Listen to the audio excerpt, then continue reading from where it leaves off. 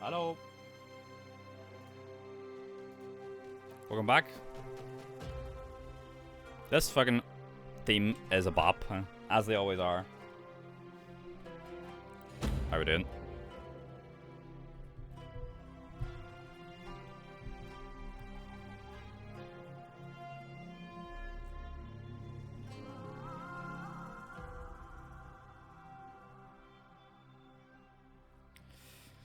Welcome in, welcome in. How you doing, feral little chum? You alright?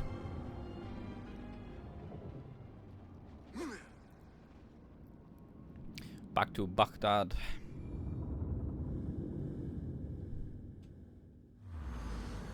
What were we at? So we had killed the first member of the Order of the Ancients, and we need to head back to find Nihal. Kind of the weather? Weren't you sick recently, Feral? That's not me making a snide comment, hopefully. It's like, oh shit, are you alright? The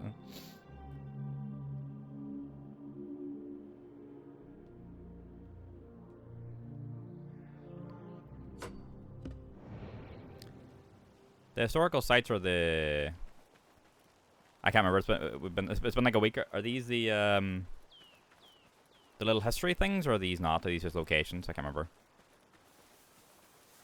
Fucking COVID, huh? It is the little history things. No, I just want the history. I just want the history thing. I just want the history thing. I didn't even see what it was. It like popped up and then fucking vanished. Huh? Is it in the codex? Probably the database, right? Ah, what the fuck was it? Huh? Oh, for God's sake. History of... Oh, there we go. The Caravanserai, I saw it. Huh? There it is. The Caravanserai was a palace, sarai in Persian for groups of people, caravan. More roadside inn than palace, it offered a safe place and varying levels of comfort to merchants, pilgrims, and travelers recovering after a day's journey along the empire's roads. Caravanserais were commonly constructed by the caliphs. They are relatives and members of the local elite to display their piety and generosity. Hundreds of them dotted the empire, especially its Iranian-Iraqi core. They were built about 30 kilometers apart, the distance a man and his pack animal could be expected to travel each day. In them, travelers could find safety for the night, exchange goods, share news, and pay taxes to ensure the maintenance of the facility. No two caravanserais were alike, even if most of them featured a large courtyard surrounded by a wall. Both their physical appearance and available facilities vary widely from one to the other. In plains and deserts, the courtyard would be open and the walls made of dried bricks, while in the mountains, a fully roofed area would keep out rain and snow. The most well-appointed had a cistern, stables, a prayer space, guards, and rooms for guests, but most were simply roofed galleries without any of these niceties. While no caravanserais survived from this period, the so-called desert palaces of the Umayyads, like Qasr al-Hayr al-Sharqi, may have fulfilled a similar role. Fucking hope you feel better soon, Feral. I don't know if you saw, Feral, I know you're more you're into the Assassin's Creed stuff as well. They put out a like an informational tweet. So the I believe the team that did Mirage is a fairly new Ubisoft team. Oh, there it's popped up now. I can't remember what they're Ubisoft whatever. It has done very well apparently. So I would not be surprised if we have some of the other devs working on the main or the bigger kind of games. Maybe the Project Red, the Samurai one or whatever, and ones of those ilk, maybe more like Odyssey and Valhalla, and this new team maybe do another one of this style, of like the older style. I wouldn't be surprised based on the reception and the stuff they're getting. So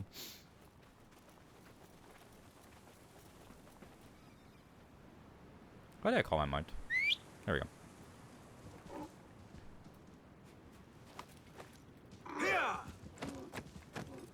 So that's my preference, honestly. Like I really like the more RPG style, the open world, because it gives me, you get a lot of, yes, they're big chunky bastards of games, but I love the time you get to spend with the characters, and everything like that. So I would love one of these like every so while. Like if they alternated or something like that, yeah, count me in.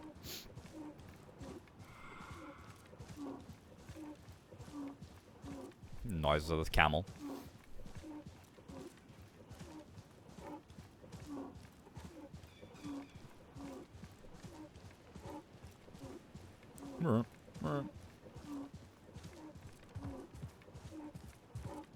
I'll be curious what other points in history we go to. We only really know... Well, we know, like... So there's the Jade one coming, which is, like, the mobile spin-off, which is, like... China, I think, isn't it? I'll probably not play that one because it's on mobile, and it's just a spin-off anyway. But then we've got the red for Japan. Then we've got, like, the Hexy or whatever, which is, like witch-related stuff. They did the Salem witch trials, I believe, in the comics, which are canon. But I'll be curious what they would do in, like, a game, if they were to do something around that, or like, a similar, like, style. I mean, I'd be here for it. They've already done my main one, which was Ancient Egypt. So they overdid about the sound. Oh, the camel. It's a modern day, even if it's just flash forwards. So I imagine, so the context of the it's interesting with the way Mirage is placed, right? Because at the end, so we had the modern day of Valhalla was, you know, the modern day stuff in Valhalla was big, and then that led to Basim coming back into the like emerging in the present, and then at the end of Valhalla, Basim is the one who, like, he contacts William Miles, and he gives William Miles, like, his own, like, Basim gives some of his memories to William, and that's what we're experiencing here, right, in Mirage. So I'd be really curious once we actually get to, like, continue the present day Basim story. It was his blood or something, yeah, which they used for the Animus, yeah. But yeah, so that's what we're playing, so it ties in, like, super well if you played at the end of Valhalla.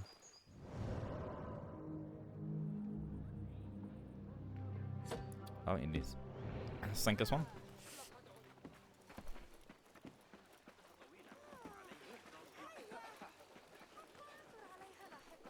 But yeah, I know some people are like, they don't really care a lot about the Isu stuff, and they don't care a lot about the modern day stuff.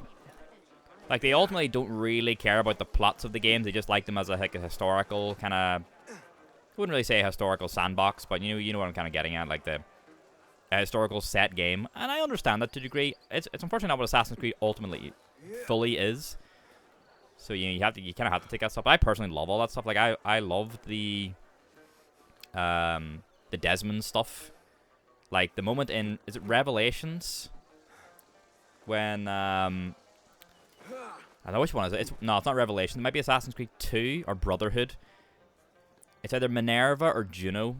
It's one of the Ezio games anyway, when, like, Ezio was experiencing, like, a vision of, like, Minerva or Juno, one of the two female Isu, and they speak to Desmond. Like, that's just so fucking cool, man. And, like, where, like, Layla's story went, and, like, bringing Basim into the present, I love that so much. Like, I love all that shit, too.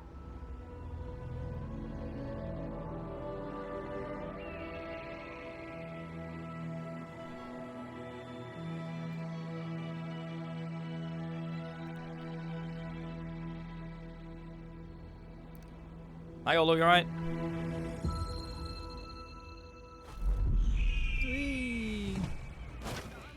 A modern day story right now is a bit elusive. Desmond's story and the whole end of days is really well done. It's like, now what's to do with the story for the modern day assassin? See, I like Layla's story quite a bit. Like, I loved how she went to Atlantis and met Cassandra and everything like that. But I suppose I kind of know what you mean. Like, right, it's just kind of like it's like a power struggle kind of right between the assassins and the modern day Templars. Whereas, yeah, the Desmond stuff is very much like, yeah, avoiding like another Doomsday event, which was really cool. I like that a lot. And then the modern day story kind of, it's interesting what they did, right? As someone who, like, loves Star Wars and then fucking reads all of Star Wars, I really need to, like, properly read, like, the expanded Assassin's Creed lore. It's just fucking awkward because it's all split across different, like, some of the books are just retellings of the games, but some aren't. And, like, you want to read the comics, but some are like Titan, some are Dark Horse, and so, like, the Assassins, the modern day storyline, is there canon and non-canon stuff? I don't think there's non-canon stuff, like, but there are, like, there's canon comics and all, and, like, there's all books and everything. But like I said, some of the books are just retellings of the games from, like, the perspectives of certain characters, whatever. I've read some of the comics. I actually quite like them. Who's got the time? I enjoyed them though. So like the modern day. I'm going to read the Odyssey retelling. See, it's interesting. The Odyssey book is how we got a lot of the canon, because it removes a lot of the choices and it actually tells the official story, quote unquote.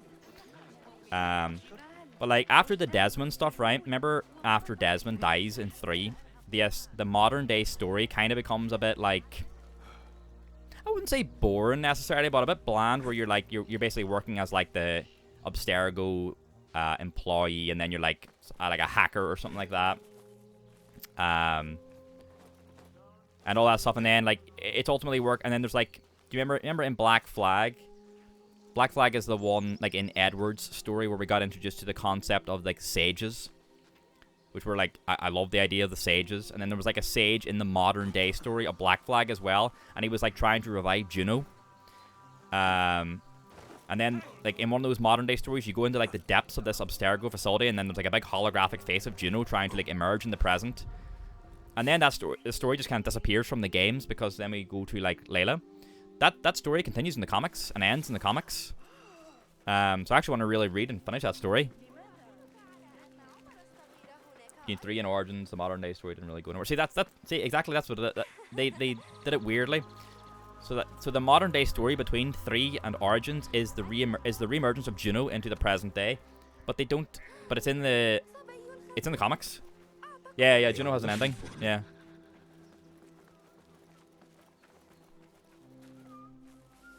Which I usually don't have an issue with, right? Because I usually read all that stuff. But if you just play the games, it kind of the story just kind of drops. Poor likeness. Thankfully, the comics are easy enough to follow. I think, like, there's an Origins sequel about Aya. That's pretty good. I read that one. That's like it's like a mini series. But the majority of the comics are published by Titan, who do a lot of like licensed stuff, and they're pretty good. So I actually want to pick them up and like properly read them at some stage. But yeah, they get into the Juno storyline, and they pick up the Juno storyline from what would it have been? Maybe Unity? Assassin's Creed lore is weird. I fucking love Assassin's Creed lore, man. I think it's so fun. I forget a lot of it. I don't retain it as easily as I do Star Wars. But I love it too. So I love all the Isu stuff. I'm fucking delaying this, going through this door. Like, I love all the Isu stuff. I love the modern day stuff. I love when it gets really weird. Revelations, Lucy is suddenly a Templar. I mean, you say Lucy is suddenly a Templar, but it's just how the story was told, isn't it? Which we didn't learn anywhere. Well, yeah, because she was keeping it hidden.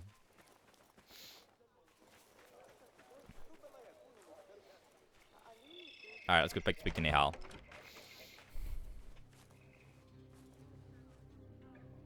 Bassam? Oh.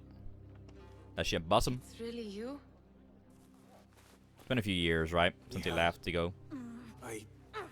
Oh, she couldn't decide what she wanted to do there. Say nothing, ya Sadiq. I am as sorry as you.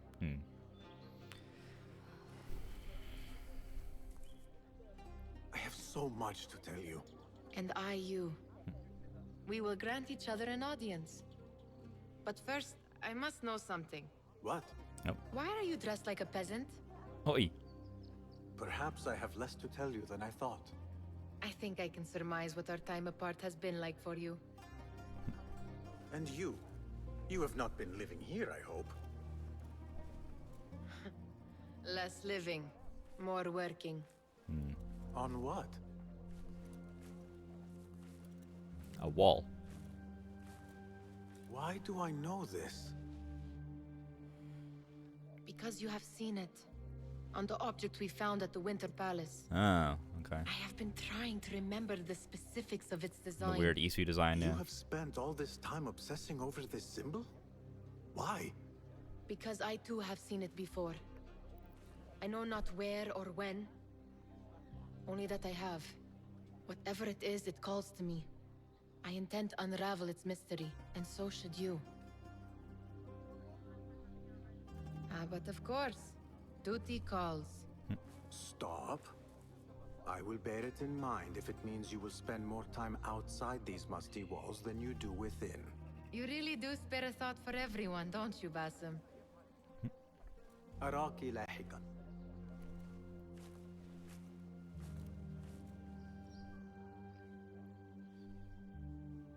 The Order of the Ancients are far from defeated. My oldest friend, Nihal. Master Roshan is certain to have a plan brewing to uproot them.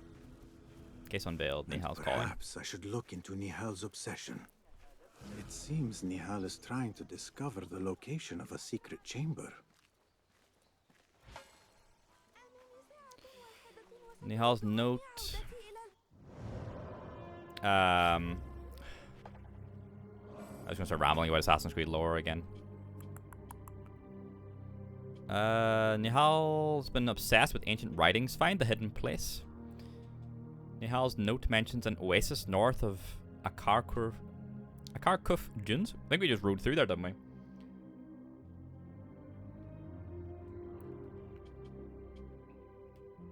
Should be able to find the shards now. Okay.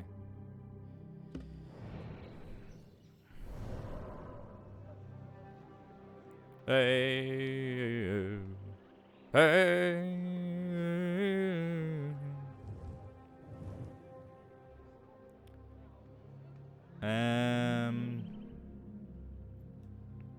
Oh, there. Nice. I still I think like I loved in Odyssey how they integrated Greek mythology into the world. I thought that was so fucking cool. Still my favorite singular piece of world building they did in Odyssey was Cassandra finding Pythagoras and taking the spear of Hermes Trismegistus and becoming immortal. Like the moment when Layla is down at Atlantis and Cassandra steps out in her suit with a spear is so fucking sweet.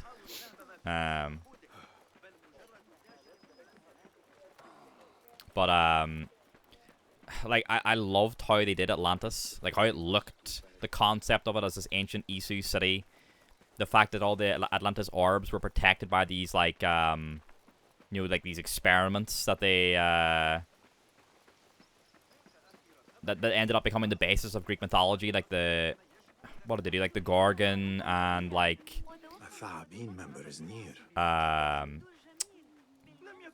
The Minotaur and the fucking like the labyrinth and all, and you find like the I can't remember what the story is it Perseus, because you could see his rope in the labyrinth and everything like that. Oh man, it was so fucking sweet. Huh? How do I fucking turn on Eagle Vision again? Survey the area, Kido. Lads, I've forgotten. There we go. Yeah, oh, so cool. I fucking absolutely loved it.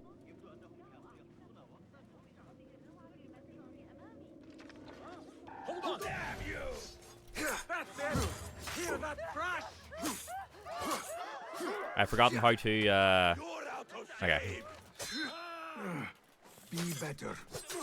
Small, strange shard. Yet it weighs heavily in my hand. What is it, I wonder? Yup.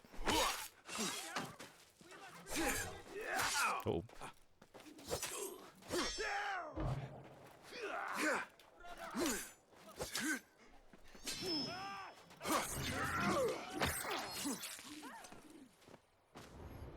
Collect mysterious shards carried in and out of Baghdad by elite order members. Explore the world and find them all and reveal their secrets. Yes, I will do that. Theseus. Sorry, what did I say? Perseus? Theseus. Like Theseus' ship? The same Theseus?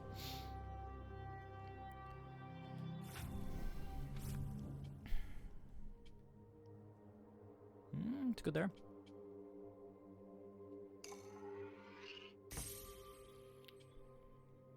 Get some over lectures you can carry.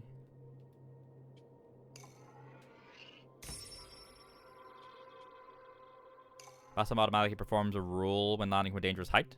Yep.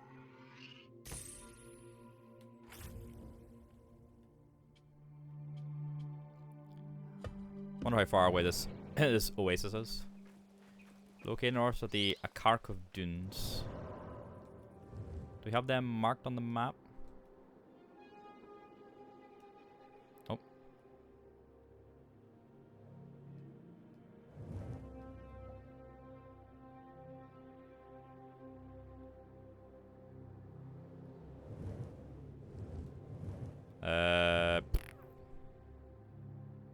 I thought we rode through the Akarkov dunes, but I'm like... I can see on the map. Am I blind?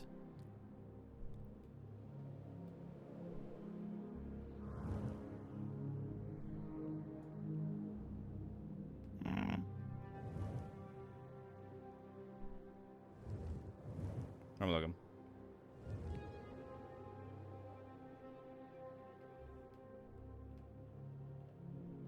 You getting pinging Origins? Let's see.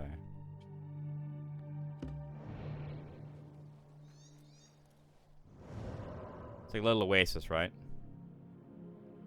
Ah, maybe there?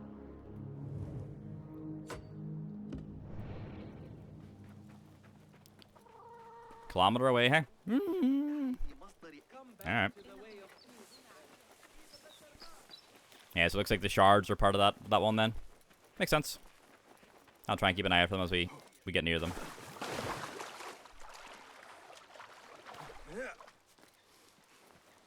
Wasn't Pythagoras Cassandra's dad as well? Huh? Like he was her real dad. That should be pretty cool too. Yeah, I worked very something until you wait for me to finish Mirage. Sorry. Yeah, Nikolaus was like her, yeah, her adopted dad or whatever.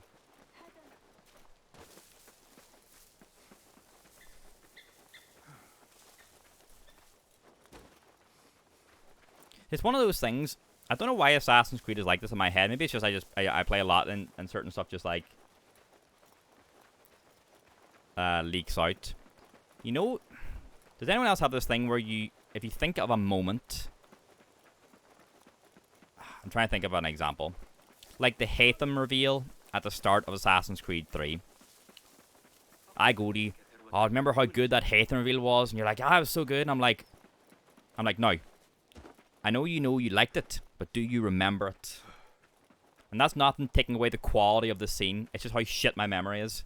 Like, in Odyssey, when Cassandra confronts Nikolaus, I very distinctly remember that being fucking great. I can't tell you what happened in the scene, though.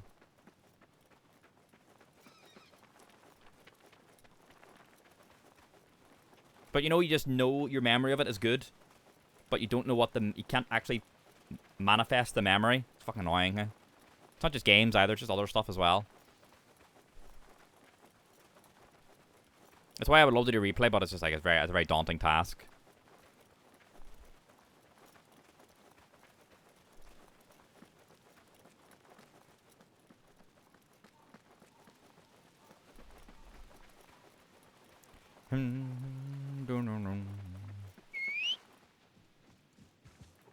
Gamble. I'm so excited for it'll be the same for like a lot of them, really. And it's just like This must be the oasis Nihal had in mind. Northern. It's nothing to do with any of the particular game. It's just my memory. This is a gorgeous oasis. Hey, Curtis. What is that emote? It's so small, I can't see what it is. I was like upside down cat. My memory is good for some things, yeah. For some things, my memory is like a weird kind of what the fuck? Like a weird library. I think not so much.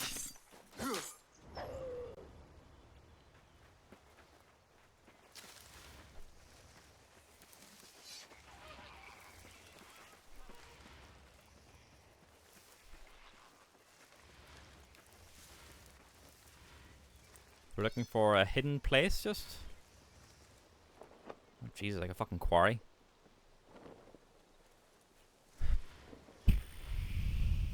Show me the path ahead. It's just guards.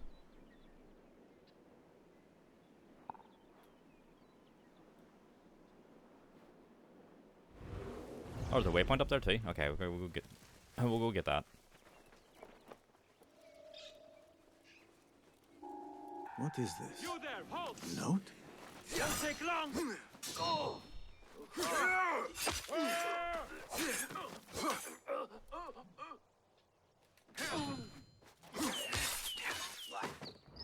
A note, did they say? Oh, yeah, over there. Oh, Rish Al Ghul. We need more workers at the southern site. Stop your excavations and... Seems the members of the Thahabin have already unearthed the shards. I should keep an eye out for them. Okay. Stop your excavations and bring them to me as fast as you can until you find a way to reach the chamber under the oasis. Oh, yes, please. The shards should not be left unguarded. The Thahabin will carry them at all times. Yours in the order, Al Ghul. Cast your gaze, Enkidu. Yes, love this shit too. I had a feeling it was under. I was going to dive down. I don't know if you saw me like, standing and looking at the water. I was like, I wonder if there's anything under it. Al Ghul's note mentions a chamber under the oasis.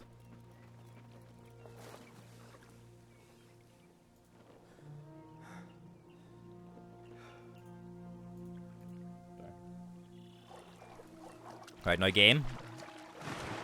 Don't be putting in this fucking oasis now. Meant to be an oasis, hey?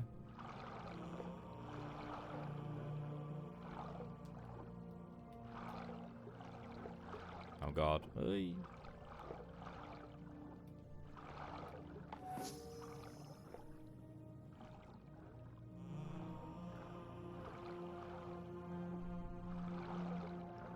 Me swimming through that water on Jeddah.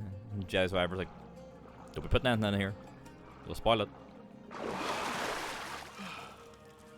I wonder where this leads.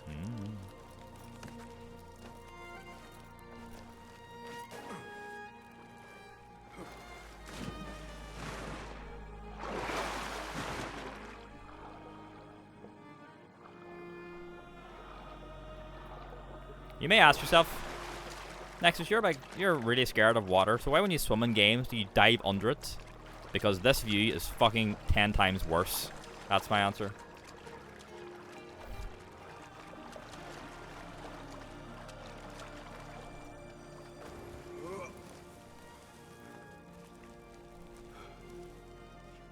Oh god. Shelob's lair, huh? Yeah, I want all the elements of the unknown gone.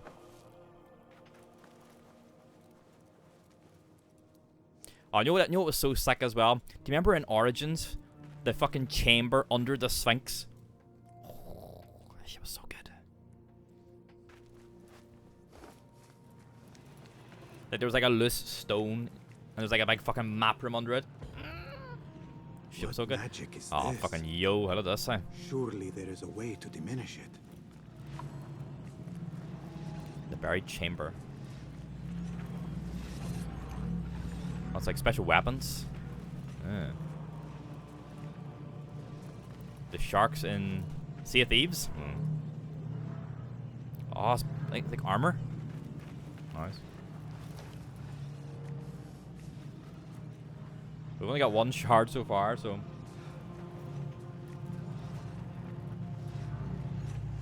Right, boys, we need more shards.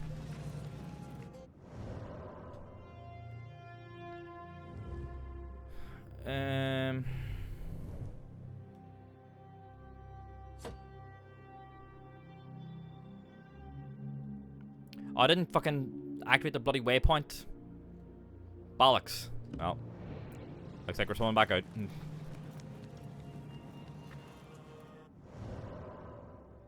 Okay, we'll definitely get the shards then, I think.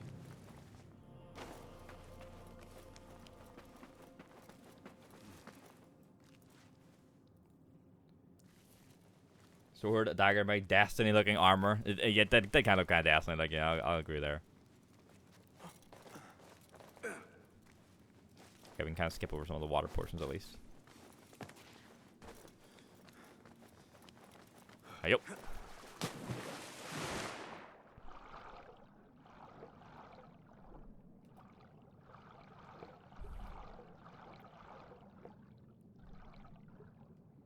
I don't know if you saw, although they put out a little short little teaser today for the next batch of Young Jedi Adventure episodes, and you can hear Stalamari in it.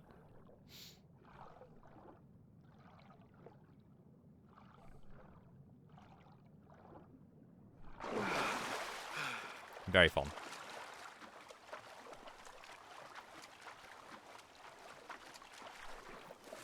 I think it's a start of November for the next batch.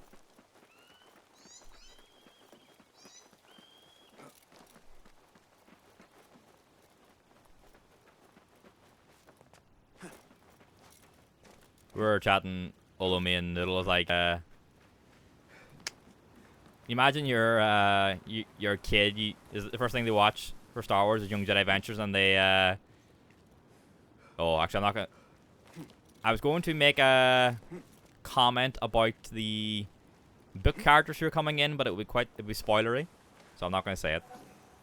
But those new characters would be a shame. Check it out.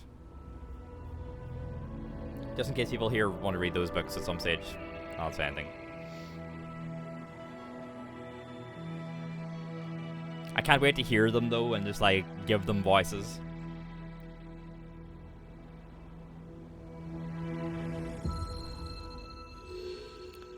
Like it's very, I suppose it's entirely possible if we get those.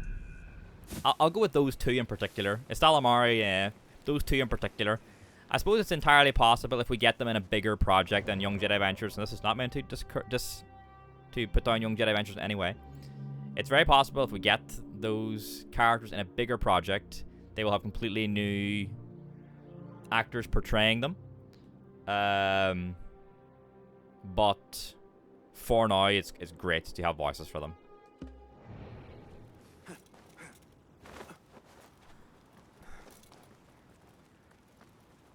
Yeah, tell you later.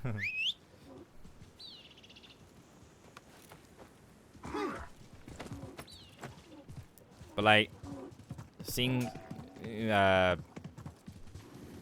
Starlight Beacon is like so cool, and like they talked in the article about, like, you know, in the books when they describe Starlight Beacon, you know, its beauty is conveyed through the prose, and now they're thinking about ways to be able to do that through music and everything. Like, oh, it's gonna be so fucking sweet. Like, it's such a harmless show, but like being able to see Starlight Beacon and things like that is just so fucking sweet.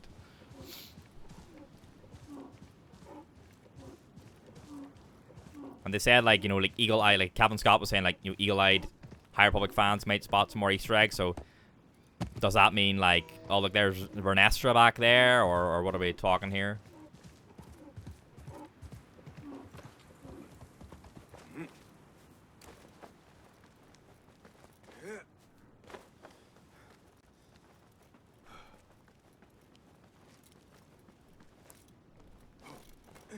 I've heard people are loving the start of, like, the first issue of Shadows of Starlight. People are loving that. He teased characters as well, did he? Fucking Calvin's a cheeky bugger, huh?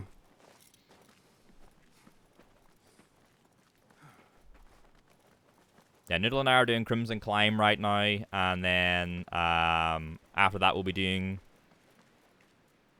Convergence, I think it's called.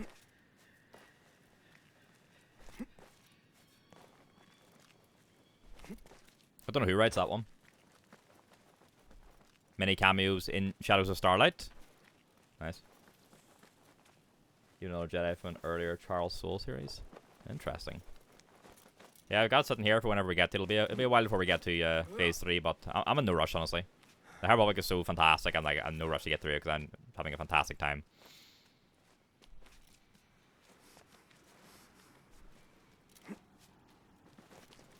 It's not to discredit the others, the story, etc., and like the Skywalker saga. It's just like they really fucking nailed it with the High Republic, you know.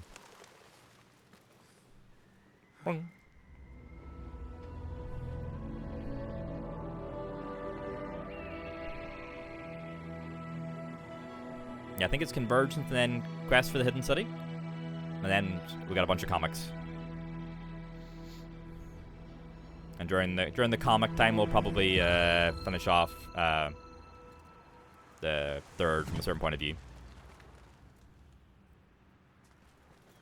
So someday, someday, blame me if we're gonna read a Test of Courage and read those comics. Someday.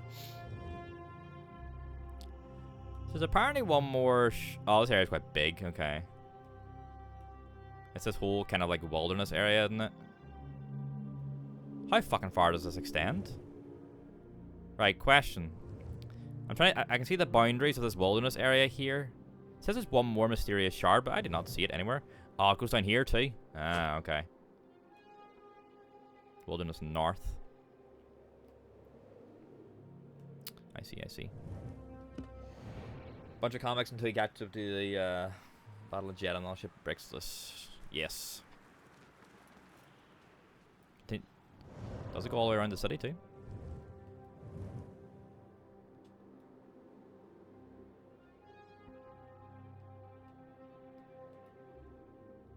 This is a historical site over here.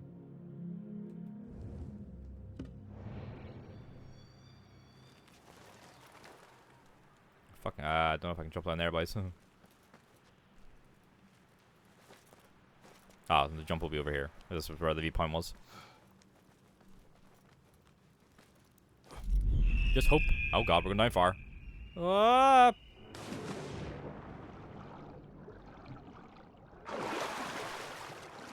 Doesn't like that though. I don't know if anyone... Probably... Probably Farrell and Curtis, maybe. There's a show called Primeval. It's like a UK show. I never finished it, but I watched a good bit of it when it first started. Maybe the first couple of seasons.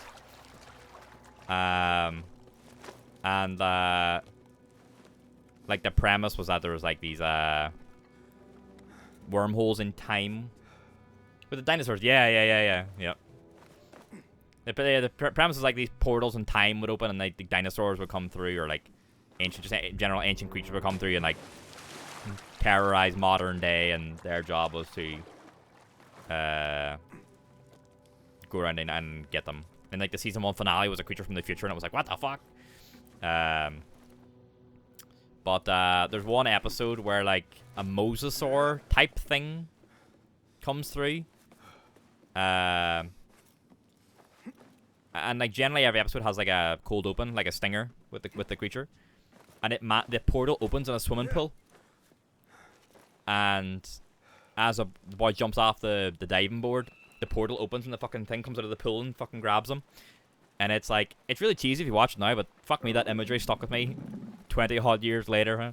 So now doing those big jumps into those pools of water, I get very anxious. You want to see that Adam Driver home with the dinos? I heard it was shocking. Like not 42, but like 62 or 63 or something. It's like a number, isn't it? The Der Kurigals. Oh, this is a thing? Oh, is this an actual historical site in real life? Oh, see, I love this shit when it, like... Oh, it is? Oh, fucking yo, okay. I got the Wikipedia page up here so we can read more about it. So this one says here, on the outskirts of Baghdad stands what looks at first like a hill battered by the winds. On closer inspection, however, the mound is made of baked bricks, which form a 60-meter high structure. According to an inscription found on one of them, they were placed by King Kurigalzu II in the 14th century BCE. It is the last standing building of the former capital of the Kassite Empire, Der Kurigalzu, the Fortress of Kurigalzu.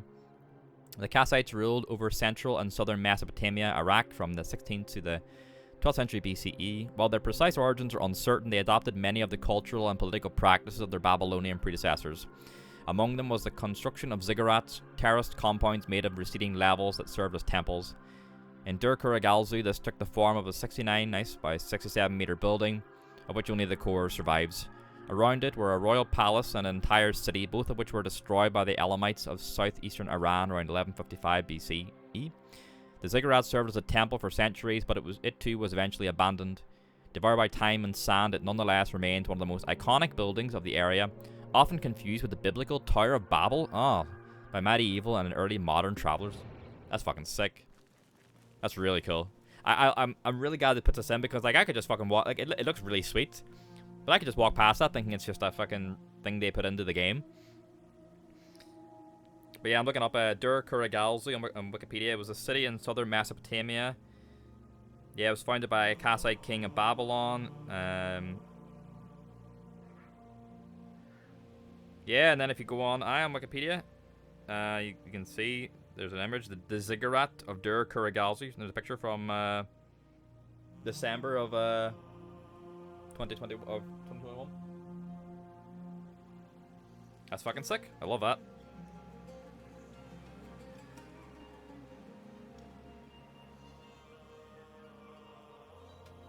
Really cool.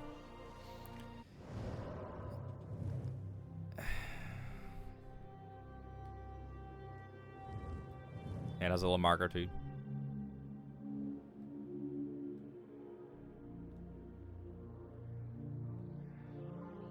So we said the wilderness extends around the city, does it? So it kind of... Oh, it does go down here, actually. Ah, yeah. Yeah, you're right. Fuck, it is. It's... Jesus. As long as you don't hit the city, it is one big, like, continuous, kind of expansive, landmass. Okay. I was kind of going up here and cutting it off. I didn't realize if you go around like a crescent, you'll get it. Oh, there's another historical site back at the caravanserai that I missed. Oops. In the codex. Yeah. No, I got you. Don't worry. Might not available. Where's my boy?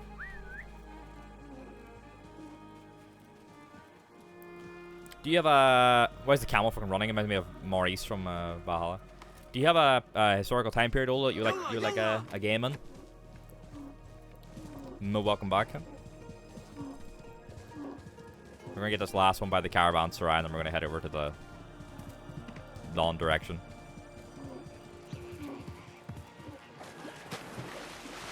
Yeah. Like, where would you like one to be set? Or when, I guess.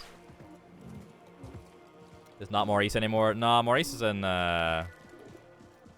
he's in Valhalla.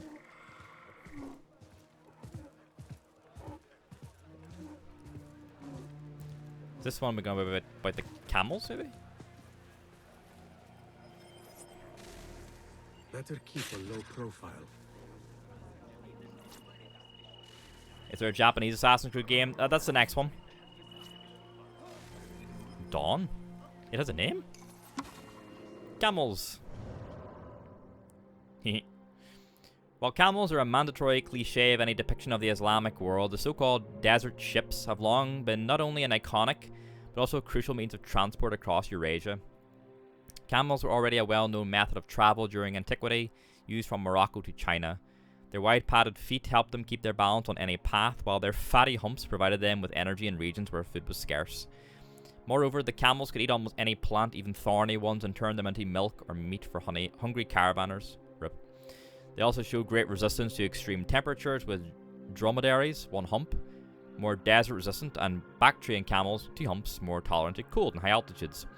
They could carry much heavier loads than horses or donkeys, making them perfect pack animals. Their efficiency and flexibility had a clear effect on the economic wealth of the Abbasid Empire, boosting its trade and facilitating travels all across its huge expanse. They were also useful in warfare, as they could run surprisingly fast. Imagine that fucking camel charging toward you. The preferential use of camels had important consequences on the landscape and the city planning of the empire. Caliphs did not need to maintain an expensive paved road network, as camels did not need one. Since camels made wheeled carts virtually unnecessary, Abbasid cities could also maintain narrower roads. The tall buildings that lined these narrow roads kept the city in shade, meaning that the ambient temperature inside cities was several degrees lower than in surrounding open areas. Interesting.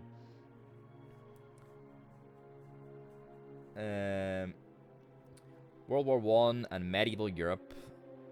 There actually was a World War I mission in Syndicate. That's right, it was with Lydia, right? Was that World War I or was that World War II?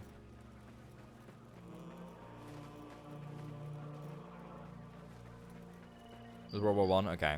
That was like Jacob's granddaughter? Right? Was it Unity where there was like a World War II section when like Arno would like glitch into different points of history? As you were climbing like the Eiffel Tower, you were getting fucking blasted by fighter planes and stuff.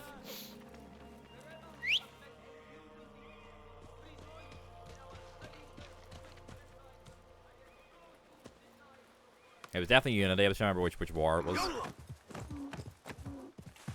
Yeah, we got Japan next, which I'll be very interested in, because, if I'm being honest, Ghost of Tsushima kind of satisfied my need for a Japan Assassin's Creed.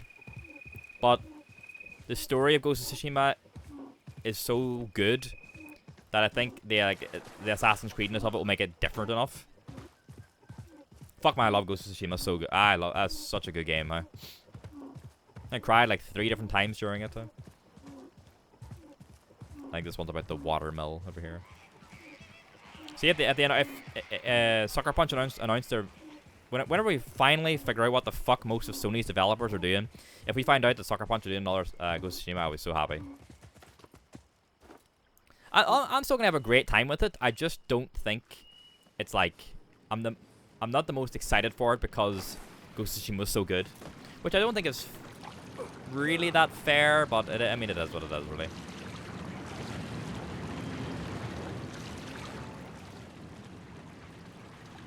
Oh, everything looks like Assassin's Creed 1 for some reason. It's all very blue.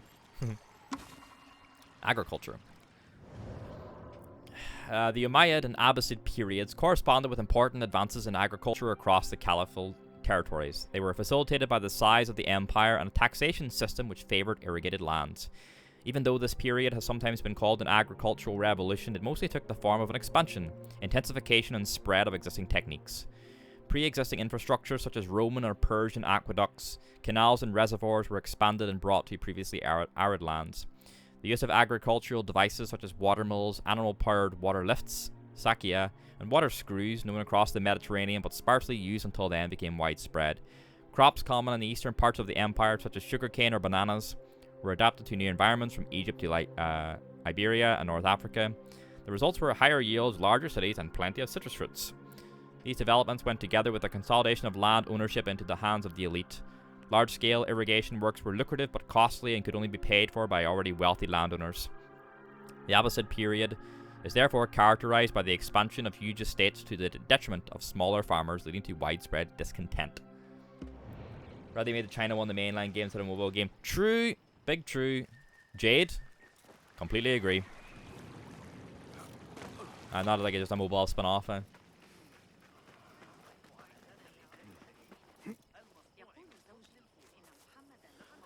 the Qing Dynasty, whatever it is. I don't know. Yeah, I very much agree on that one. I do not care about a mobile spin-off. And that's how I put in mobile games. Like Marvel Snap is like one of my favorite games. And it's a mobile game, but it's not one for Assassin's Creed.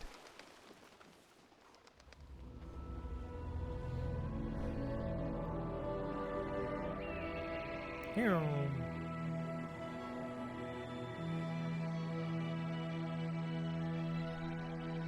And then we'll get the Hexy one as well, which is like, yeah, exactly. Hexy looks kind of like witchy. I was saying earlier, we have like the Salem witch trials in the comics. Would they do it again? No. We also had like the Mayan/Incan stuff in the comics as well. I think that could be really cool to like doing like a game as well. There's a chest over there. Okay, I can get that one. That's not a big endeavor.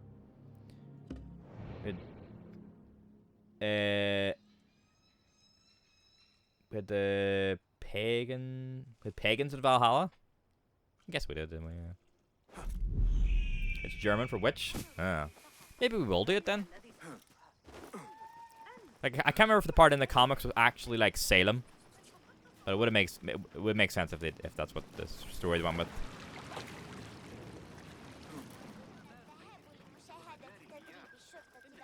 Ah fuck! Can I get behind here? Yeah, the druid stuff. Yeah, the Ireland stuff in Valhalla I really liked. Like how they turned terrible Irishman.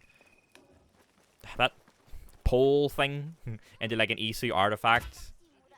Like it's such an easy thing to do, be like, right, this thing that exists in the real world, the Isu did it, and every time I'm like, oh, like the fucking Wojak thing, like, oh.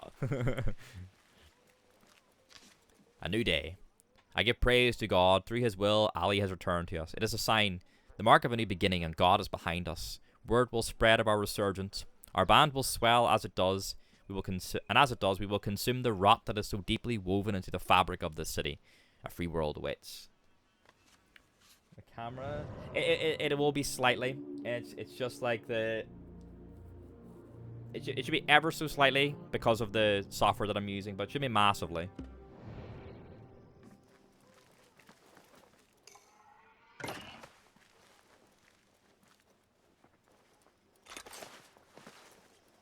Noodle knows her man, huh? Look for a key for each chest lock. I'm suddenly not interested. I've lost interest. Huh?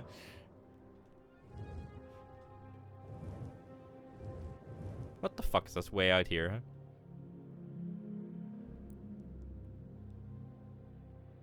And then we're at... Nah, I don't really care, to be honest.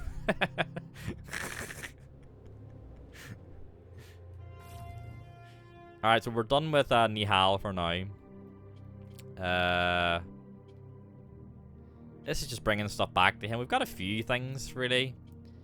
For Olo and Feral.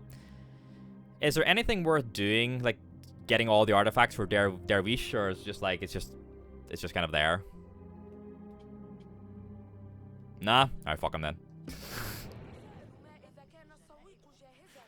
Cosmetics? Ah, okay. He can get stuff then. Sorry, Dervish, it's all for me.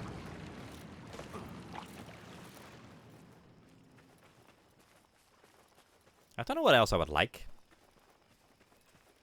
One of the coolest things about Assassin's Creed is like going and finding the noticeable landmarks and climbing them. Like whenever we got Syndicate, like I was like, I want to climb Big Ben. From the moment it was announced. I'm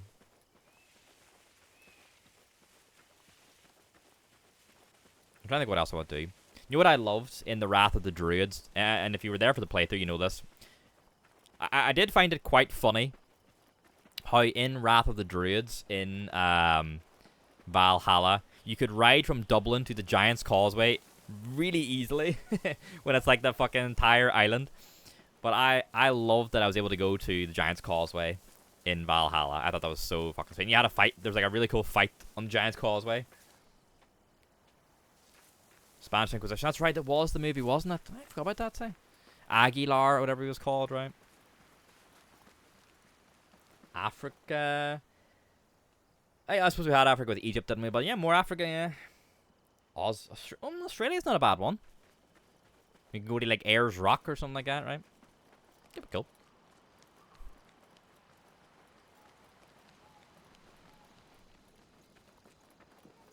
We can participate in the Emu Wars, huh? There you go, huh? Ubisoft. You can take out one for free.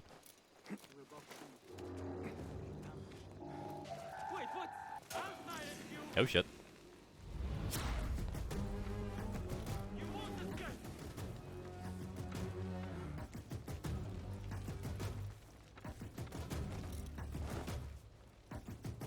Hey up.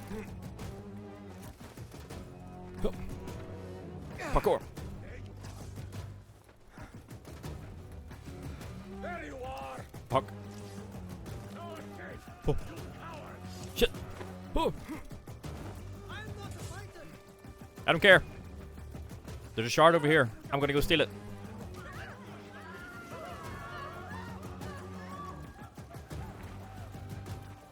Africa kill Christian missionaries done. I'm trying to think where else. I'm mainly just asking, what would we like to climb?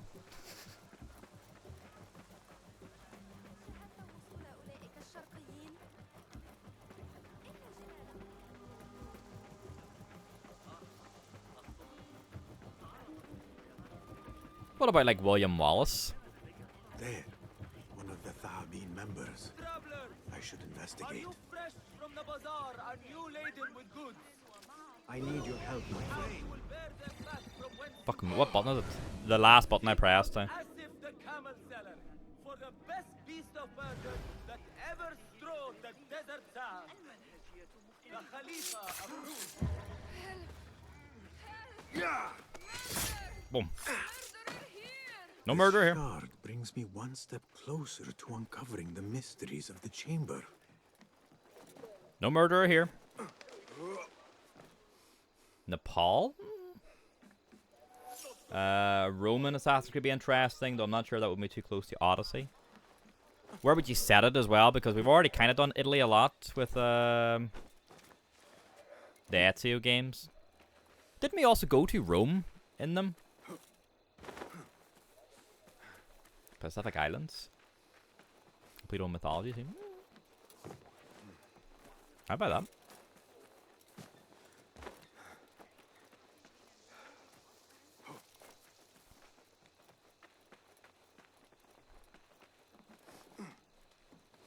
To like Maui and all that time. We get Dwayne Johnson. Rome in the 16th century is very different from Roman Empire and expansion age. That's true.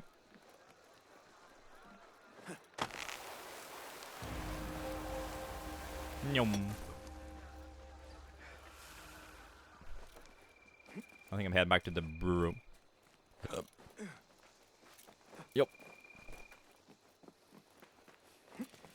Mayans. That's to say they did kind of like Mayans / Incans in the comics, but I reckon they wouldn't rule that out as like we could do a different story there, you know, in the games. I could easily see that. India. I like India. Went to Roman origins and killed. So I have a weird memory of Origins. Did we actually do the killing of Caesar in Origins itself? I can't remember if we did.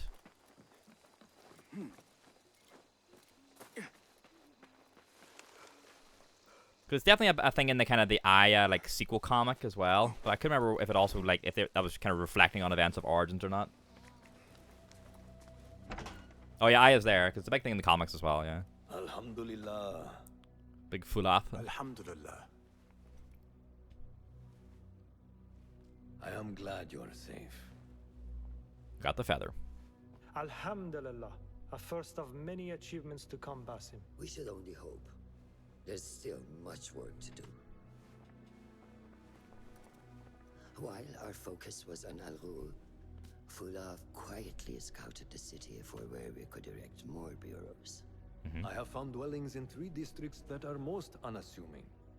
Ibid and Rebecca have arrived from Alamut and set off to Al Abyssiya and Karch.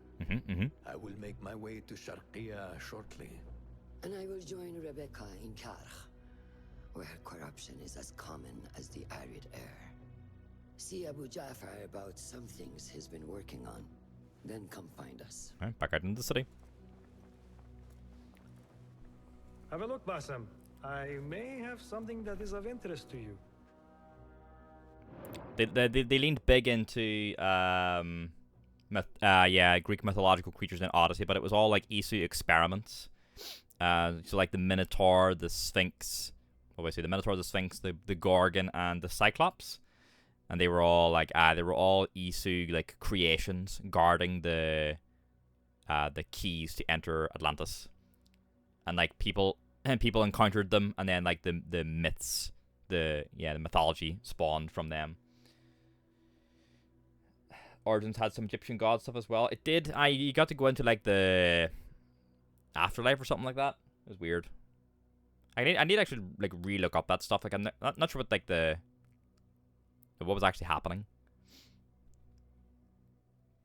Philippines and Southeast Asia could be fun for that. Pumping ideas, little. What tools do we want? Smoke bombs, blow darts, traps, noisemaker. I like blow darts actually. Yeah. This should serve me well. My thanks, Ahmad. It's Abu Jaf. Oh, you jest. Oh. Every now and again. Araka lahikan, Abu Ja'far. Keep well. And you, Basim.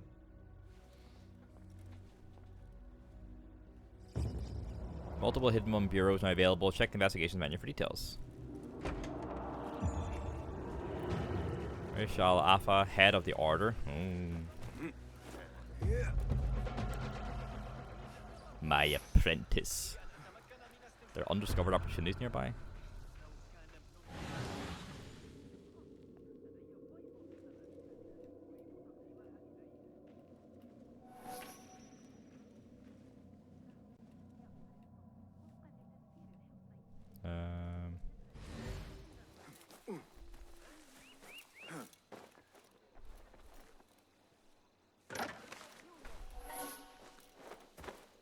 Nom nom nom nom. A dance with thieves? Pick up the letter. What? No shard over there too.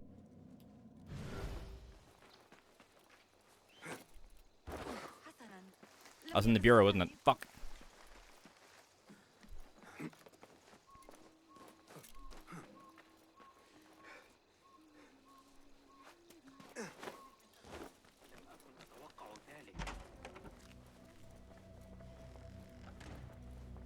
What is this?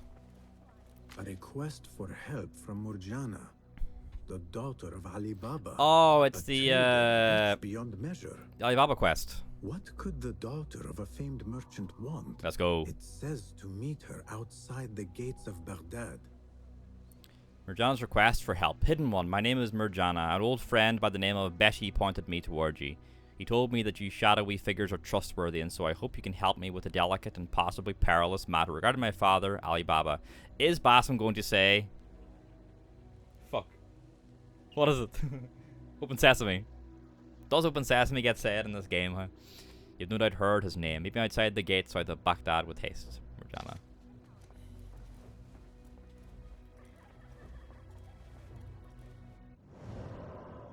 There's a historical site here? What? How is there a historical site here? This is the bureau. Is it on the roof?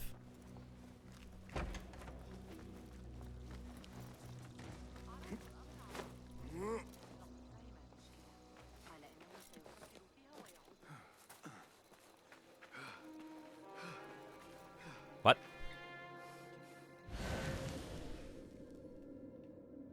Where is it? Huh? It says it's a historical site thing to collect here.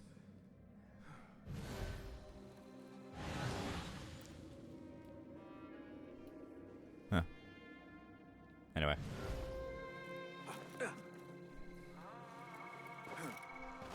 Time to get outside the city. Ho. Bum, bum, bum, bum. I don't think they're planning any DLC stories for this either. I think this is kind of the story is like, right? Beat the story, and we're done. But you know, I didn't see it in the bureau. Nah, I stood where it was, and it kept just fucking rotating around me.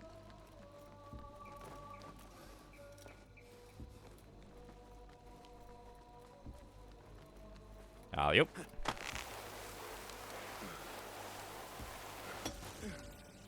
It's definitely a much smaller scale game, yeah.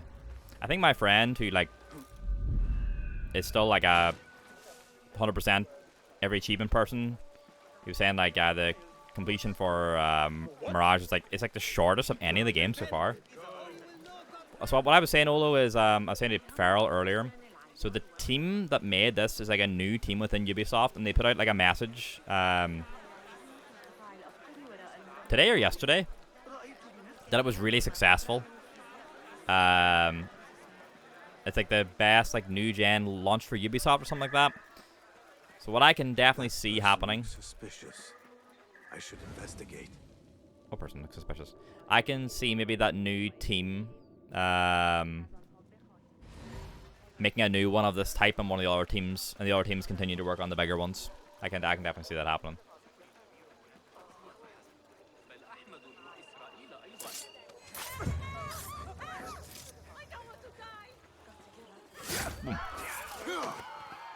Another Got him. shard.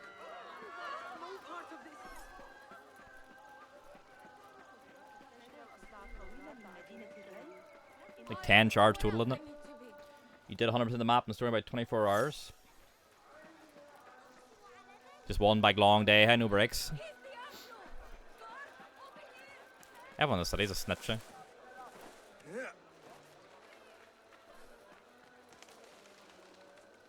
No, there's a historical site thing. Guards, there's the outlaw. Fuck up. Singing and poetry. Sometime around 850, an epic showdown took place on the estate of one of the Empire's elite. The two most prominent Kana singing girls of the time, Arab al-Mamuniya and Sharia were invited to a musical contest held to determine which one was the best. Both women had been born into slavery to aristocratic fathers and mothers who were themselves Cana. Through their skills, they had obtained wealth, influence, and even their freedom.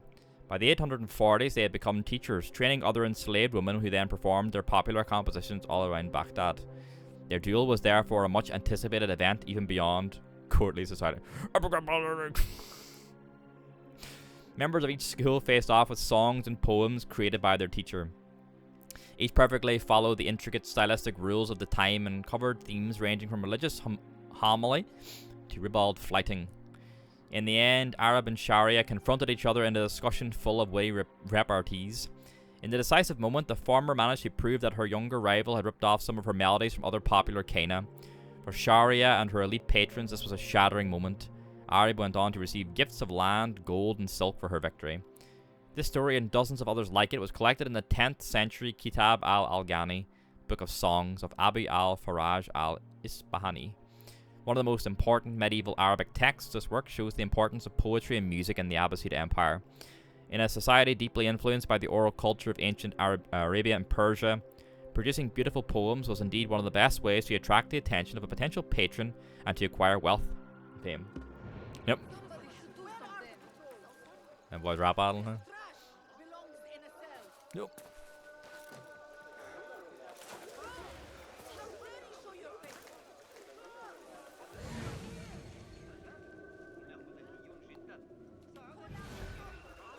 Stop snitching.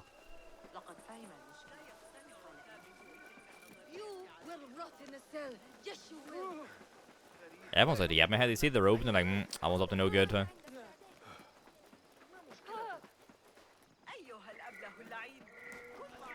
There's another one right here, apparently.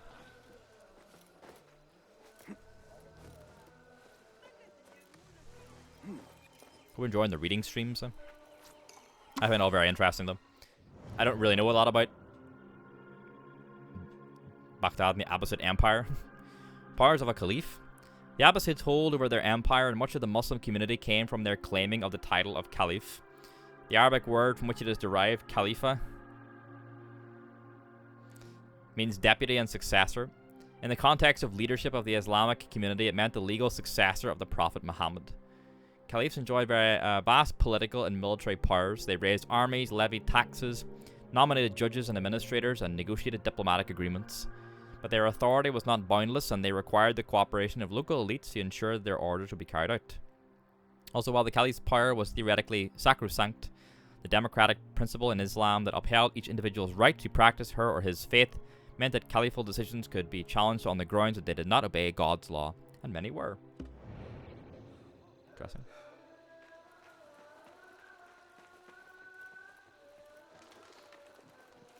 Yep.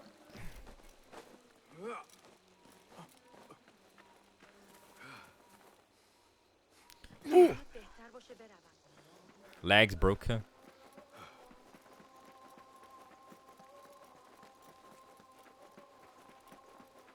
Alright, gents. Nothing to see here. Hey. Don't worry about it. Nothing to see. Get that fucking poster. Huh? The things that pass for art these days. Everyone's a critic, Bassam. Everyone's a critic. Oh, there's another shard over here. And there's also one of fucking your boy's relic, but who don't care about him. Get a better storyline, lad. Maybe I'll get your stuff then. Huh? Oh, she's quite far away. Fuck me. Magpie mode is engaged again. A shiny thing pops up. I get very distracted.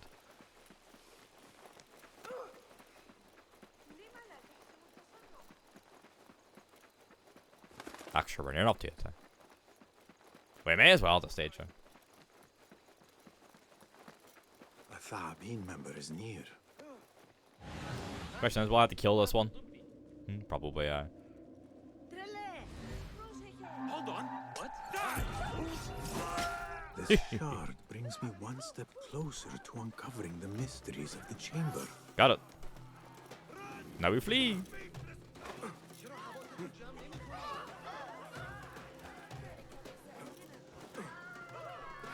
We get this viewpoint. Oh shit! Ooh! Fuck off.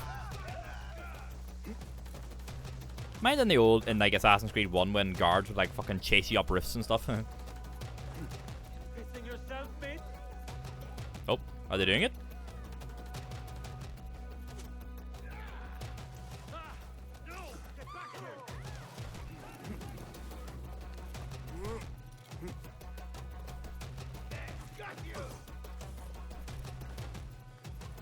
I'm gone. They're throwing rocks at me. Oh!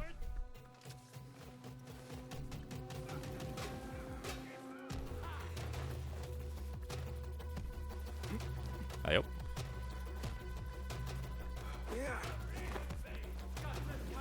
Don't jump all the way down. Good.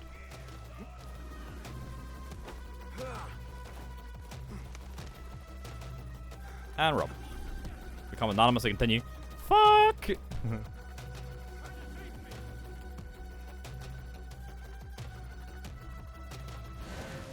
Where are my aggressors, huh?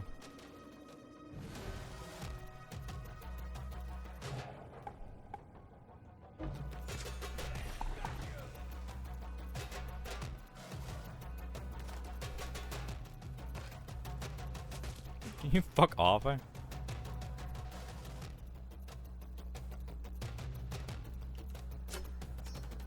Didn't work.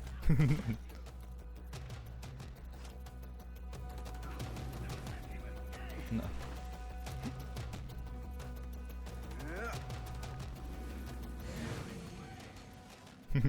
Oh, oh, oh no. Oh, oh. This is getting out of hand. Now there are 4 of them. 5 of them? Oh, fuck. Shit. Fucking jimmying around this for 10 minutes. Nah, you won't. Nah, you won't. Nah, you won't, you dick. Get it. Quick. There we go.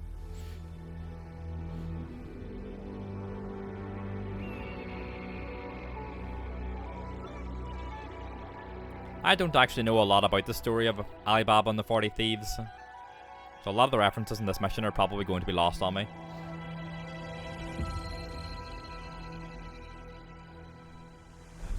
Whee!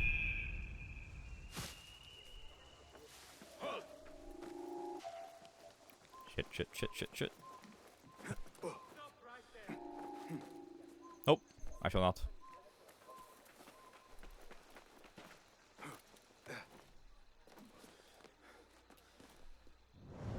What's the thing on the map here?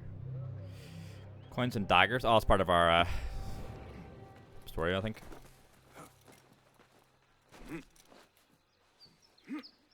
Ah, shit. I want to try and reach the... How do we get over this wall now? Oh, big... higher climbing points over there. Yep. Poles resting inside a building to music. Oh, okay. I saw that just as I fucking... fell. Any pole vault with it? Like this. Aha! Nice.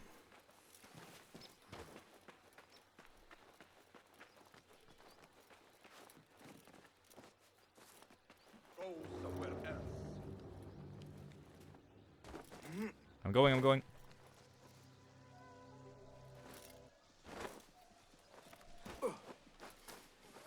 Yup. Hey. Cock. Where Rebecca was. It's where Roshan said she was going as well, which makes sense why that quest is popping up.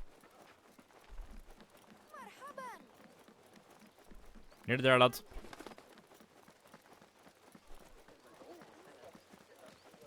Don't think we just been to this portion of the city yet. So. Burn, burn, burn, burn, burn, burn, burn.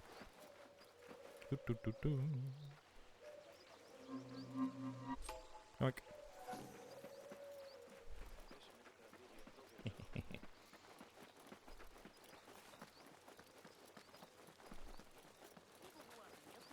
Don't let that guy get suspicious of me.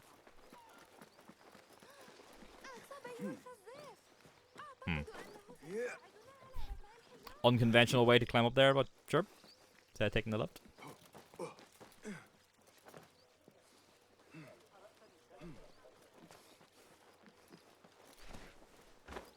Yep.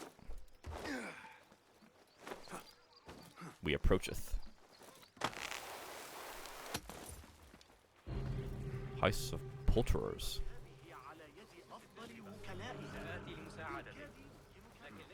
Watch out for these guards on the left. Going to be far more pleasant than some postings. Grab us one this week. Yeah, because we can. Lend me your eyes.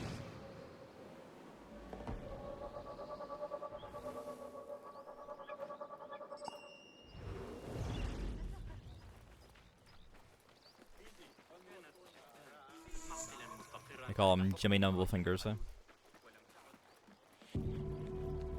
Pomegranate case. Do you take me for a dog's ass? Marjana, there she is. These apples we're selling at half. There needs to be balance in the market. Any respectable merchant knows that. If my father sees this. Murjana, daughter of Ali Baba? Who asks? Oh. Call me Basim. We received your letter back at the bureau. Ah, the hidden ones. Shh. Yes. Don't say that out loud. Well, if I waited any longer, camels would have sprouted wings on their humps. We can skip the prattle. Come, time is running, and so shall we. Wait, where are we going? To find my father. Let's go. I'm ready. Lead the way. I prepared the horses. Alright. Murjana. Legendary merchant. Nice. Alibaba. It's like me following these waypoints in Cyberpunk. How did you find us? One hears many things in Baghdad, especially when your father knows every trader in the city. Ali Baba. In your letter you mentioned he was in danger. Without a doubt. Have you heard of the 40 Thieves? 40 thieves. The notorious bandits, led by the king of thieves. Legend says he wields a flaming sword. The boys I grew up with would not stop talking about him. I thought it a legend, a tale told to children. Right, I love when they do this. They did Beowulf and For thieves, Was they it are Beowulf in surprisingly Valhalla, I skilled think? at trading. Your father was meeting them on their territory. A terrible idea. I have told him 1,000 times not to deal with the likes of thieves. But my words are the wind. Now look where we are. Me working with hidden ones to make sure he is safe. You must love your father if you hired the hidden one to play guard. We travel together. And I am the protector of his caravans. I have responsibility for his well-being. And Dodota worries. These thieves are not to be taken lightly. but dusty out here, innit? You are my reserve should I need aid. The plan is simple. I have no elixirs, I'm just We saying. keep watch from afar, and should anything happen, follow my lead. No case. Head of the Order. A clue confirmed the existence of a head of the Order of the Ancients in Baghdad. Continue your investigation and unmask the Order members working around the districts of Baghdad to obtain more clues to the head of the Order's identity. Nice.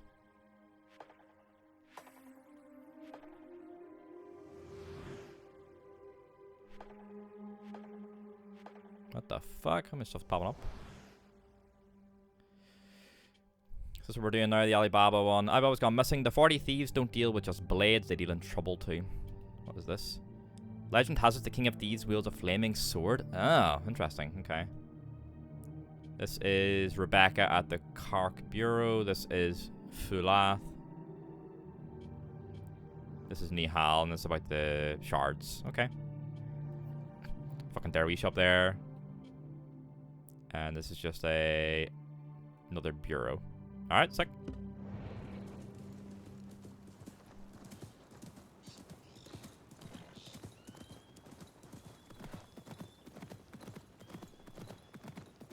Maybe one day I'll Wikipedia Alibaba. After we do the story, I'll probably Wikipedia Alibaba and the 40 Thieves to see the comparisons between this and the story.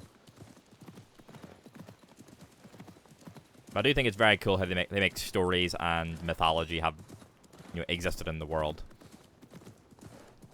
And like they then inspire the modern day stories. Oh no.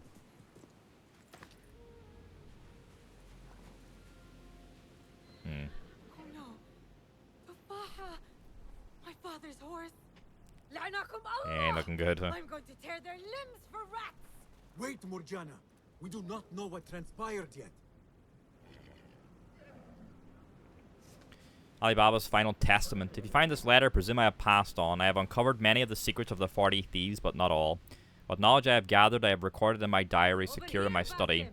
Use the knowledge I have gathered to defeat this plague of thieves, and may Allah bless you. 40 thieves hideouts. Roro Raggy.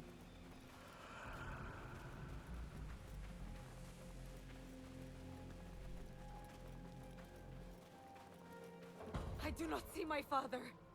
There. We need to get down there now. What happened to watching from afar? God. The time for watching is over. My father's life is at stake. I'm going. No, wait. I will take them quietly. Or at least try to, anyway. We're on their grounds now. It pays to practice caution. What do you see?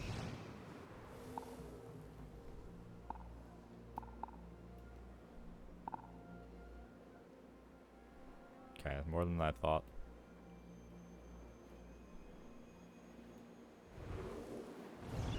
Fine. Show me. There's a historical sighting over there as well. Fine. Show me how you do it. But hurry.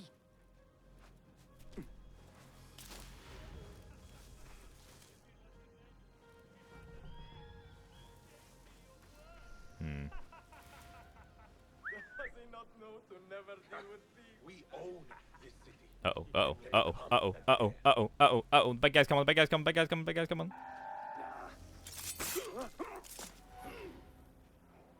Didn't notice it. Wait, what?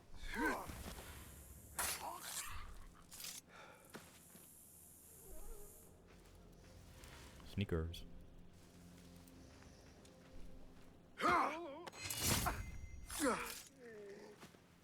Yup.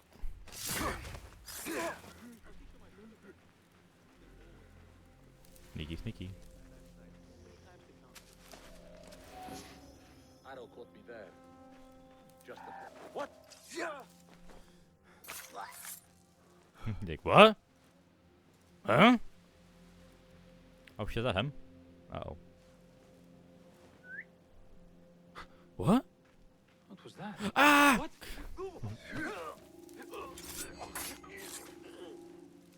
And see these two bozos. Oh god.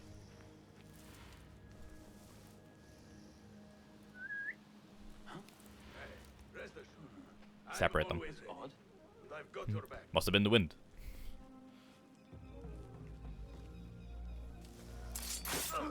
Meet your god!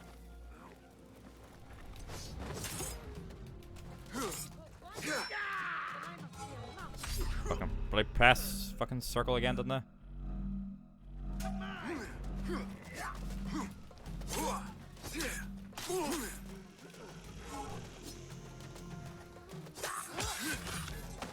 My stamina.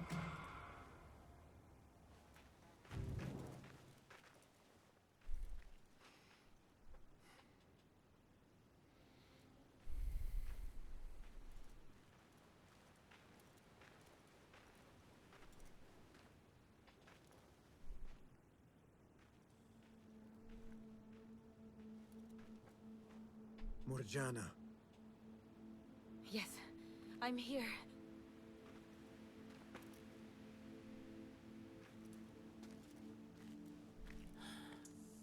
No!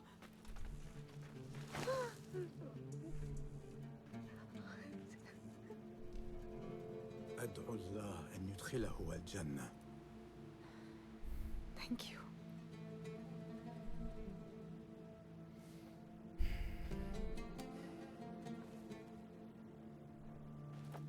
I do not believe that this is the last God. of the thieves. I have no health.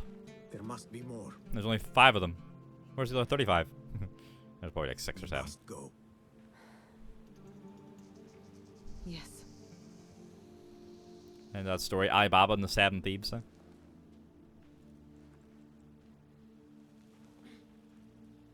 My father is to be buried and remembered the way it should be. Meet me at my home near the bazaar. I'll make payment for your services there. Was that back door, huh? Yep. Open sesame.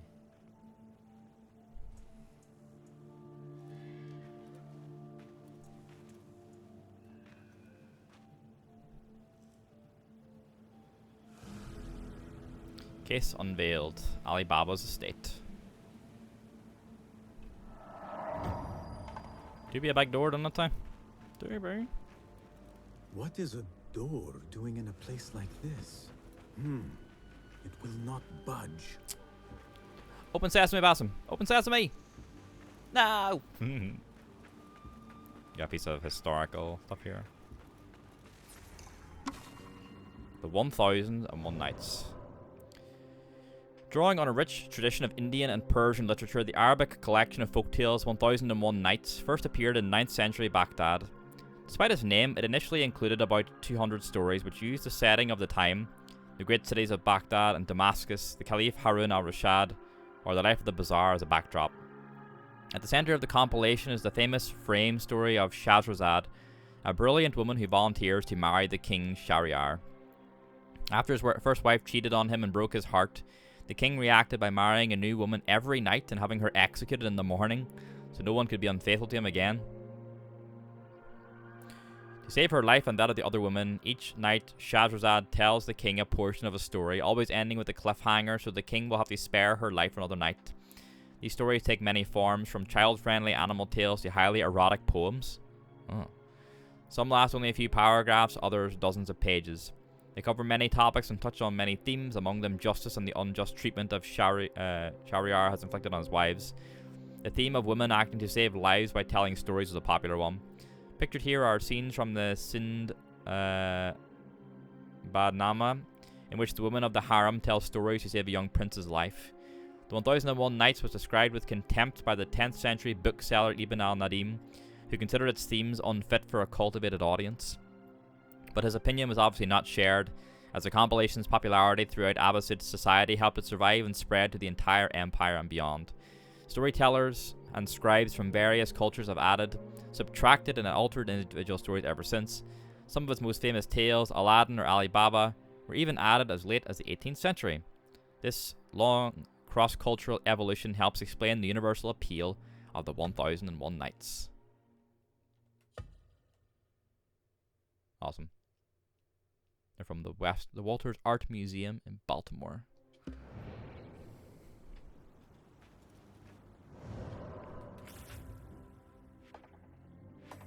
Yeah, the Alibaba one's complete, but this is the sword, isn't it? Alibaba's estate, and then the camp. Camp of 40 thieves with a cave filled with treasure. Alright, well, you need to go meet her at the estate.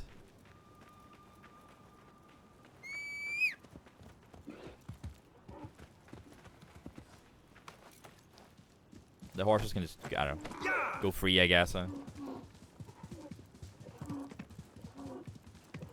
hope Sesame doesn't open that door, hey? What are we at, you know?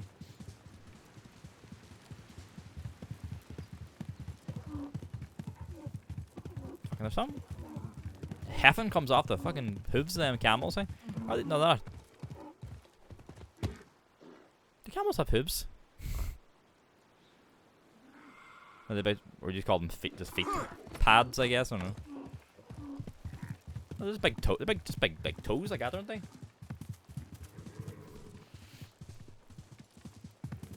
Yeah, I never thought. Like, I don't know, like camel's feet. Sounds strange. Like.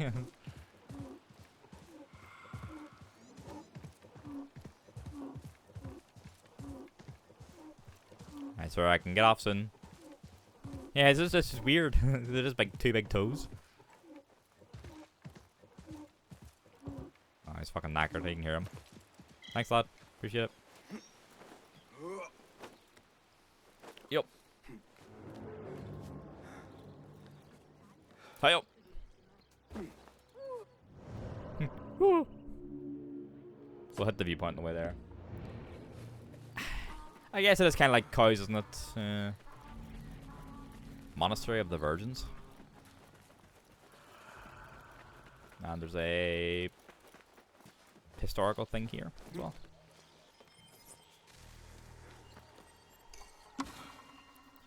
The Dhimmi, non-Muslims. The term Dhimma means obligation and was used in Abbasid times to refer to conquered peoples under a specific tax obligation to the government. Yikes. People of the Dhimma, called Dhimmis, were often descendants of the Christians, Jews, Zoroastrians, and others whose communities came under the control of the Abbasid Empire. They made up a large part of the empire's population. Their status was justified by Quranic verses distinguishing between monotheistic non-Muslims and polytheistic pagans. The latter had to be converted, while the former were entitled to their life, their property, and their freedom of religion in exchange for their loyalty and the payment of a tax. Tax receipts like this one were therefore very important to prove their status. Many Dhimmis played important and public roles in the empire. For instance, Syrian Christians played a significant role in translation initiatives.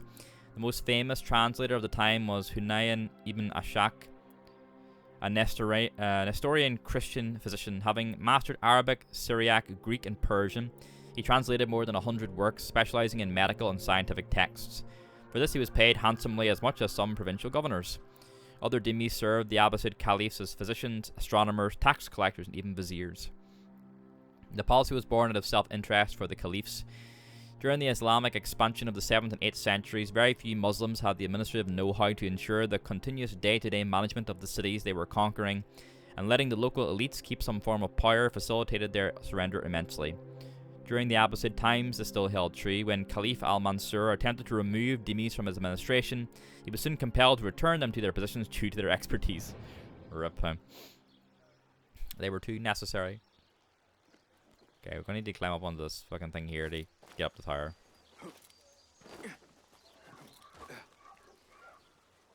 Yup.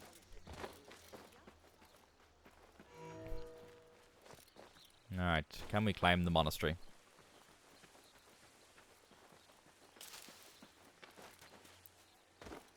Look at these like little lumps here.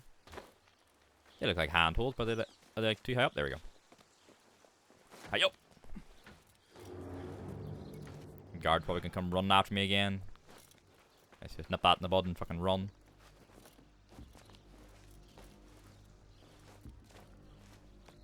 Yup.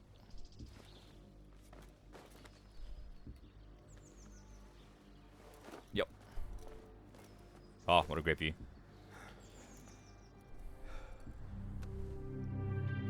Looks like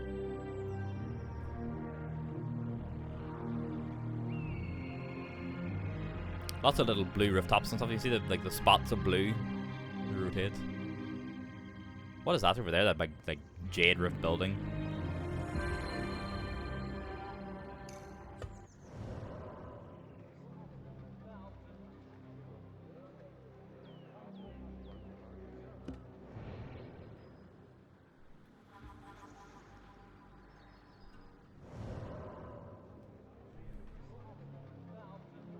It's wherever this is, right? Looks sick, whatever it is. The Temple of Ass? Oh, you can't tell me that and not expect me to go over, huh?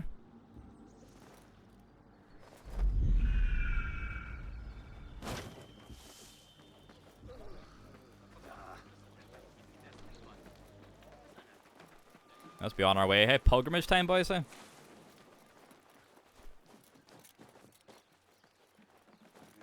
It looks really nice from a distance, though.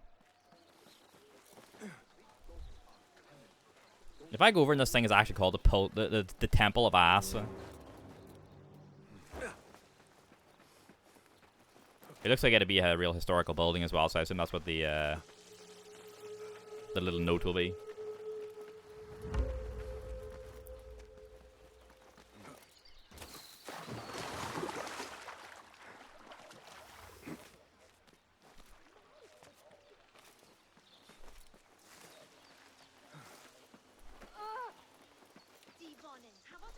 There's a waypoint at the top of it.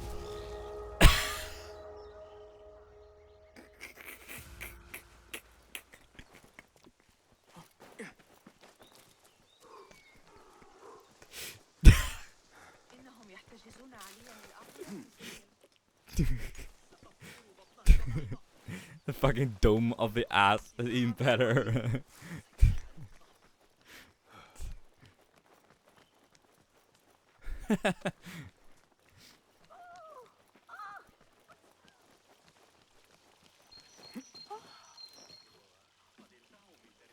I just saw a Sinbad. There was like an animated movie based on Sinbad, wasn't there? I don't think I ever read it. Or like watched it. Dome of the ass. Well, we'll soon find out from this historical thing at the top if this is a real building. And then I can look up in Wikipedia and laugh again. There's like a... Isn't the one with like a horse or something?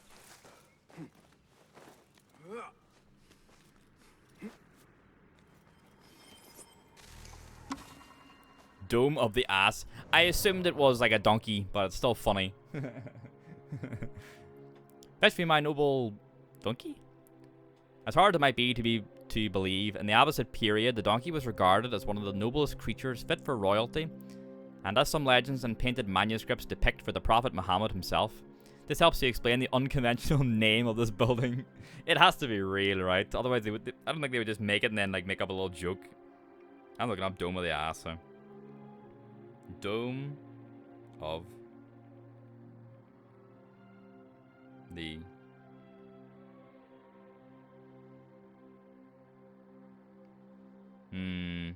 The closest I can find is the Dome of the Ascension in Jerusalem. They dead ass was made up Dome of the Ass. So.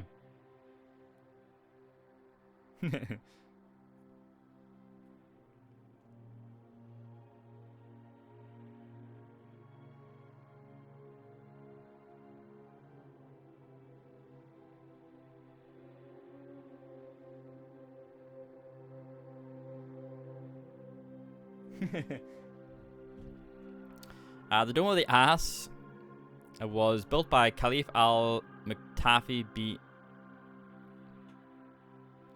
Billah in the southwestern corner of his palace. It is described in medieval sources as very great in height. So it did exist then. Oh, okay. So they just like... Okay, they just interpreted it. It is described in medieval sources as very great in height, with a spiral stair at such an easy gradient that the Caliph could ride to the top on a donkey trained to walk at an easy gait. In order for the slope to be gentle enough for a donkey to climb to its apex with little strain, this building must have been quite large and tall. The dome's name was also very important in another way.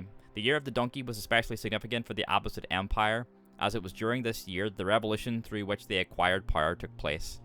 The year of the donkey is also present in some Islamic beliefs related to the Day of Judgment. The Qubat al-Himar had therefore a significant name that contemporaries would have understood as noble, royal, and heavenly. This symbolic power continued for centuries, as shown by the star-shaped tile of the later Ilkhanid period. So funny.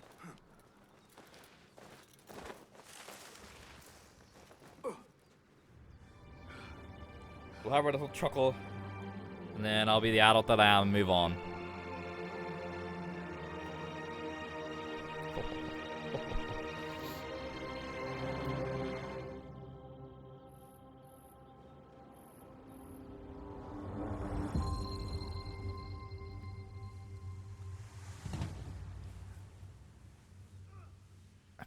I think that is where we're going to leave it for today, actually. We rest on the Dome of the Ass. So we have 3 Mirage streams this week. This was like our extra one. And then Friday, Saturday we'll have it as normal. So feel free to come back tomorrow. We'll be continuing our story. We'll start with the rest of the continuation of the Alibaba quest. Oh, enjoy the rest of your Thursday evening, folks. Thanks for hanging out as always. Later on. Bye-bye.